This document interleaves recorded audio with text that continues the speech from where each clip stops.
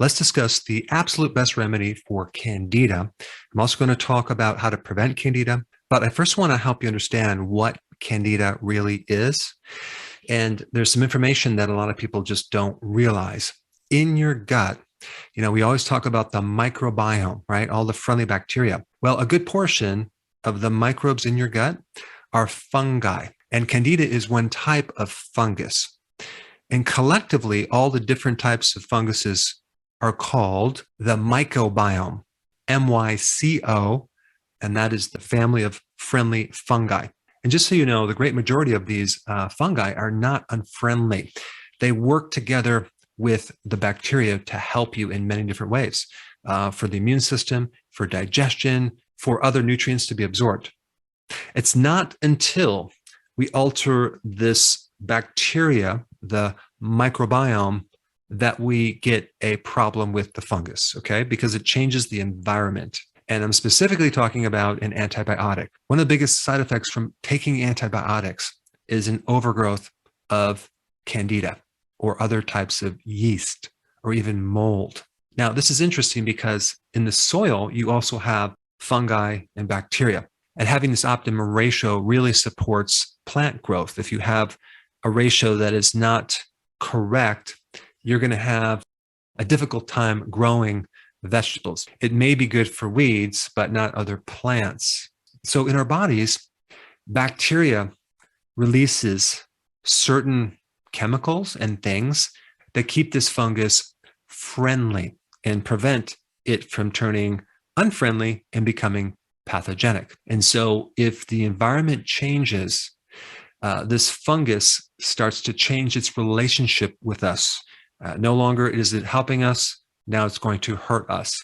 And so there's 5 main category of things that this bacteria release to help keep the fungus and the Candida in check. They make small chain fatty acids, okay? One of them is called butyrate. And these fatty acids come as a byproduct of you consuming like vegetable fiber, okay? From the fiber, it changes into these fatty acids, and then the colon uses them for energy. They're good for regulating your blood sugars, but they're also really good as an antifungal. And then also these bacteria make medium chain triglycerides. You've probably heard of like MCT oil, and that actually can help someone generate ketones, right? Well, medium chain triglycerides also are a byproduct of your own bacteria. In fact, they can even act as an antibacterial. They kind of keep everything being friendly, okay? And they prevent an overgrowth of the pathogens. MCT oil, that's pretty interesting. And one unique thing about this Candida, or an overgrowth of any fungus, is that it prefers a more alkaline environment, okay? Because one of the byproducts of this fungus or this Candida is it releases ammonia. Okay, ammonia is extremely alkaline. On the pH scale, it's like 11, which is super, super alkaline. And normally the gut pH should be about 5, 5.5. And so understanding the pH is very, very important into having this balance of the good guys and the bad guys. But as soon as you get a Candida infection or like a yeast infection, or you get this like the white tongue, or it can grow in your private parts and this type of thing, you'll notice that the person's breath smells a bit like ammonia. That is coming from the Candida. And that also tells us what the pH is of their large intestine, which should be slightly acidic, and now it's too alkaline. And so it's kind of a breeding ground for more Candida. Now, another thing that the bacteria produce to keep this fungus in check is bile salts. So bile salts are another inhibitory factor for this fungus, but not TUDCA, which is another bile salt that I've mentioned. That's not the one that you need. You want to take a regular bile salt, and you want to take that on an empty stomach. And the bacteria make other things that keep this fungus in check, like antimicrobial peptides, and there's several others. When we take an antibiotic, we wipe out the bacteria, and now the fungus has free reign to start to do whatever they want. And they take advantage of the situation and they overgrowth, and the normal Candida then start developing filaments and mold-like projections and become the pathogenic version of this candida, simply because we no longer have the controlling of buffering factors from the bacteria. And so we talk about dysbiosis, which is an alteration in the diversity and the type of microbes for bacteria. You also have dysbiosis of the fungus as well. So you can have a big problem. And now they develop as a side effect unfriendly bacteria, not to mention resistance to the fungicide, but other problems too. And so it's really a circular thing. One thing creates another problem and creates another problem, and you're trying to treat it around and around. And that's why I want to give you the big picture so you can understand it and not get stuck in the treating of symptoms. And when someone takes an antibiotic, make sure you at the same time take a probiotic. And that way you can kind of at least minimize the damage, because it's going to take like about at least 40 days for you to reestablish these microbes.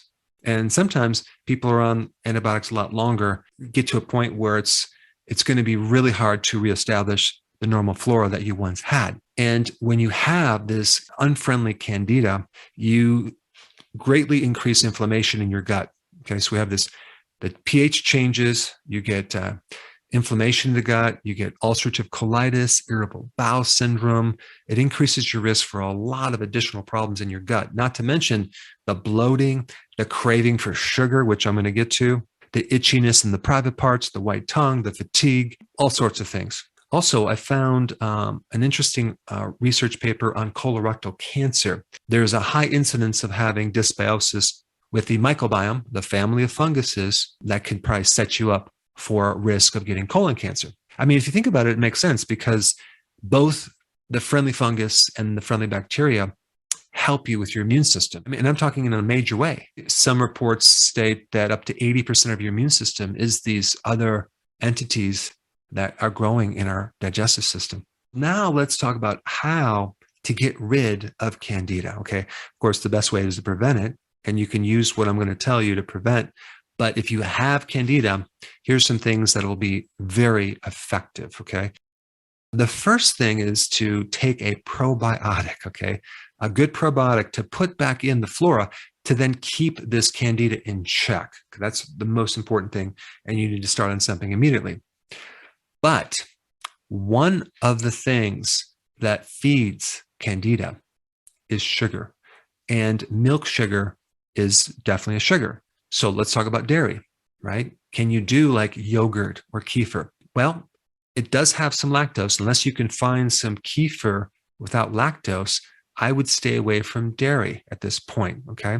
Instead, you want to do probably some good probiotic, but also probiotic foods, as in sauerkraut, kimchi, pickles, fermented vegetables, those types of things. And also those things are very acidic, and it's going to change the pH, making the environment very unfriendly for this pathogenic candida.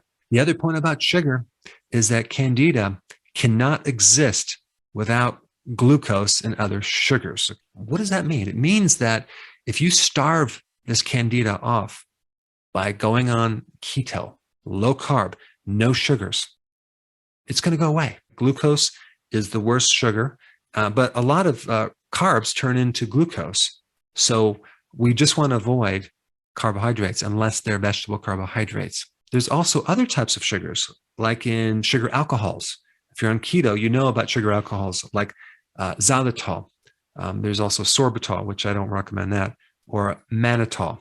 Well, apparently those can also feed candida, not to the same extent as glucose, but by 100%, which is like 1/10 of 1,000, but still. So I would avoid sugar alcohols if you're trying to get rid of candida. Now, the fact that you're reducing your sugars, okay, down to 0 and your carbs way down, this means that your body's going to go into a state of ketosis.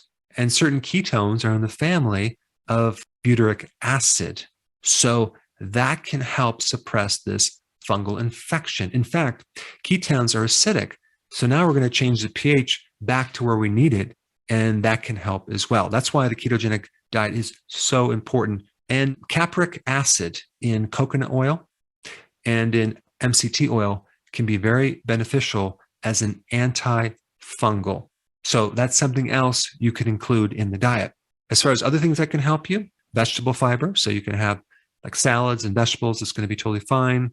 Have your protein, but don't get into the sugar alcohols or the other carbs or even fruit. And also you can add like natural herbal antibiotics. Okay, that's the icing on the cake. You can add like garlic, oregano oil, thyme, sage. The turmeric, for example, is another one.